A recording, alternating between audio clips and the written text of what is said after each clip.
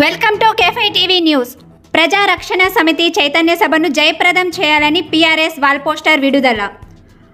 అనంతపుర నగరంలో ఆర్ఎండ్బి గెస్ట్ హౌస్లో ప్రజా రక్షణ సమితి చైతన్య సభను జయప్రదం చేయాలని పీఆర్ఎస్ వాల్ పోస్టర్ విడుదల చేయడం జరిగినది.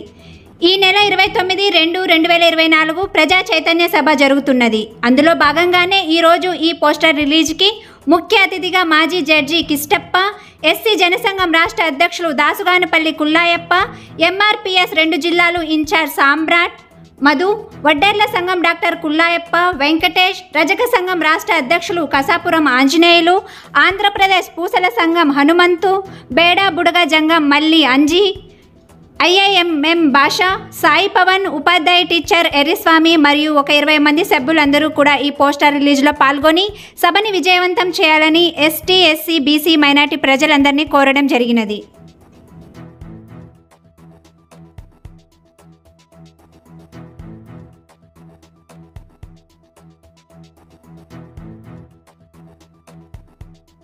రాష్ట్ర వ్యాప్తంగా వెనుకబడిన కులాలకి అదేవిధంగా నష్టపోతున్నటువంటి జాతుల్ని మేల్కొల్పడానికి, చైతన్యవంతం చేయడానికి ప్రజా చైతన్య సభను ఆర్పీఎస్ అధ్యక్షులు శ్రీరామన్ గారి ఆధ్వర్యంలో ఈ నెల 29న పెద్ద ఎత్తున కూడా ఏర్పాటు చేయడం జరిగింది.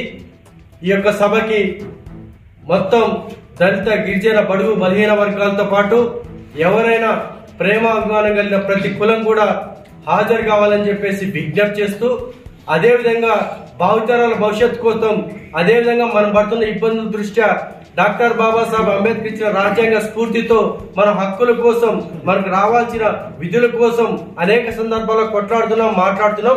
అయితే ఈ యొక్క ప్రభుత్వాల్లో ఇప్పటికీ ఎక్కడైనా చలనం లేని పరిస్థితి మనం చూస్తున్నాం. అందుకే ఈ యొక్క సభ ద్వారాగా కొన్ని లక్షల మంది హాజరై తాడేపల్లిలో ఉన్నటువంటి జగన్మోహన్ రెడ్డి గారు ఒక్కసారిగా అనంతపురం వైపు చూడాలని మా యొక్క ఆలోచన. అదే సందర్భంలోనే ఆర్పీఎస్ శ్రీరాములు గారు అనేక సందర్భాల్లో సైకిల్ యాత్ర దగ్గర నుంచి నీటి ప్రాజెక్టుల వరకు అనేక సందర్భాల్లో మాట్లాడుతూ వచ్చాడు. అదే సందర్భంలో చెప్పుకుంటూ మనము కొన్ని మాటలు చెప్తే, ఈ రోజు వ్యవస్థలు మొత్తం పరిస్థితి వచ్చింది. SC, ST, BC, minority corporation మొత్తం కూడా ఈ రోజు అట్టడుగు స్థాయికి పూర్తి నిర్వీర్యం జరిగిన పరిస్థితి మనం గమనిస్తున్నాం. ఈ రాష్ట్ర ప్రభుత్వంలో ఏర్పాటైనప్పటి నుంచి కనీసం ఒక్క లోన్ కూడా ఇచ్చిన పరిస్థితి లేదు. అదేవిధంగా 27 సంక్షేమ పథకాలు కూడా రద్దు చేసిన ప్రభుత్వం కూడా ఈ యొక్క ప్రభుత్వానికే దక్కుతుందని చెప్పేసి మీ అందరికీ కూడా గుర్తు చేస్తూ, ఖచ్చితంగా మా హక్కులని సాధించేంత వరకు కూడా మేము వదిలిపెట్టే పరిస్థితి లేదు. అదేవిధంగా మన సార్ జడ్జి కిష్టప్ గారు మనకు వెన్నంటే ఉంటూ నేనున్నా అని చెప్పేసి సార్ జడ్జిగా పనిచేసి ఆయనకి అనేక రకాలుగా చట్టం పైన ఒక అవగాహన ఉన్న వ్యక్తిగా, గొప్ప మహోన్నత వ్యక్తిగా కూడా ఆయన ఉన్నారు. ఆయన ఏం చెప్పినా సరే ఆయన వెన్నంటే నడవడానికి ఎస్సీ, ఎస్టీ, బీసీ, మైనార్టీ మేమంతా కూడా వెన్నంటే ఉంటామని మరొకసారి మీ అందరు కూడా సభాముఖంగా తెలియజేస్తూ, ఖచ్చితంగా మీ అందరు కూడా కొన్ని లక్షల మందితో ఈ మీడియా ద్వారా ఒకటి అప్పీల్ చేస్తున్నాం.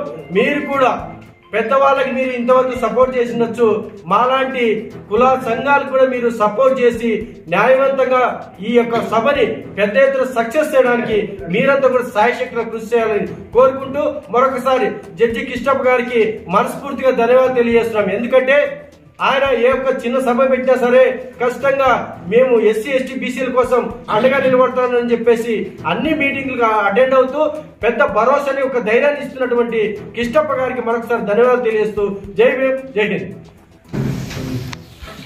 మీడియా మిత్రులందరికీ కూడా ధన్యవాదాలు. ఈరోజు ప్రజలను రక్షించడానికి ప్రజారక్షణ పార్టీ ఆధ్వర్యంలో శ్రీరాముల యొక్క అధ్యక్షతన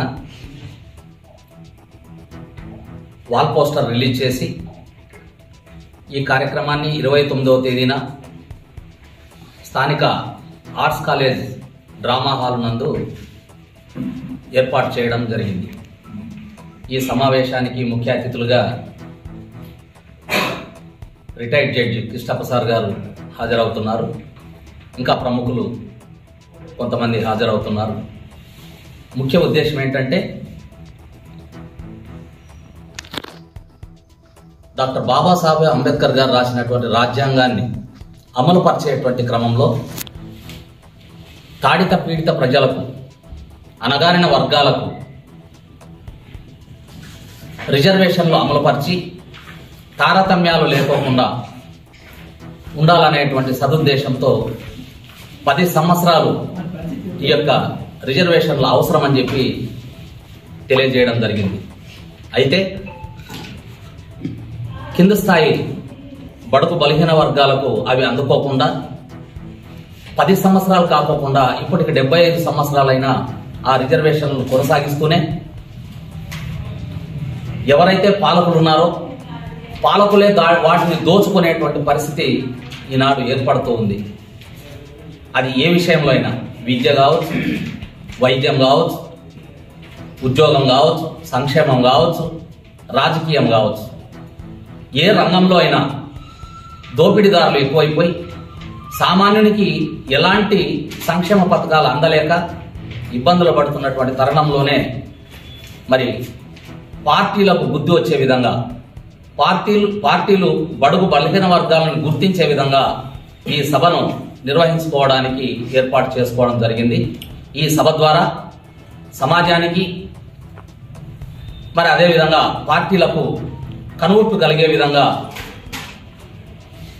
ఈ సభ నిర్వహిస్తూ సమాజంలో ఏ కులమైతే రాజ్యాధికారం వైపు నడవలేదో, రాజ్యాధికారం చేయకుండా పోతుందో అలాంటి కులాలు అంతరించిపోతాయనేటువంటి నానుడిని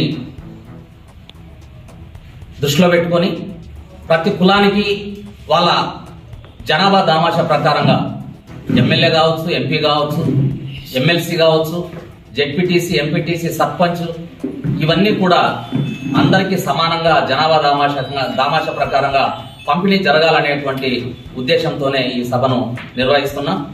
అందులో భాగంగానే ఎస్సీ వర్గీకరణ సుప్రీంకోర్టులో మరి తీర్పును రిజర్వ్ చేయడం జరిగింది.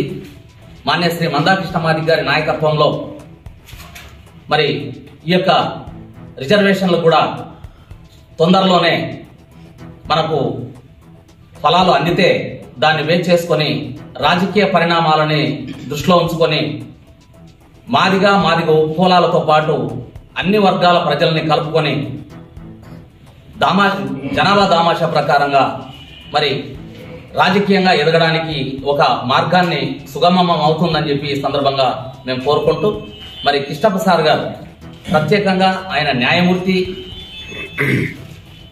పదవిలో ఉంటూ అనేక సమస్యలను అవలీలగా మరి సమాజానికి, ఇటు ప్రభుత్వానికి, మరి అదేవిధంగా రాజకీయ పార్టీలకు, మరి ఇతరత్ర అసాంఘిక కార్యకలాపాలు చేస్తున్నటువంటి వాళ్ళందరికీ కూడా ఒక చైతన్యం తీసుకుని వచ్చి అందరినీ ఒక తోవలో నడిచే విధంగా చేసినటువంటి కృష్ణప్ప గారికి మరొకసారి ఉద్యమ నమస్కారాలు తెలియజేసుకుంటూ సెలవు తీసుకుంటున్నా. జై మాదిగ, జై మందకృష్ణ మాదిగ, జై మహాజన్. Thank you.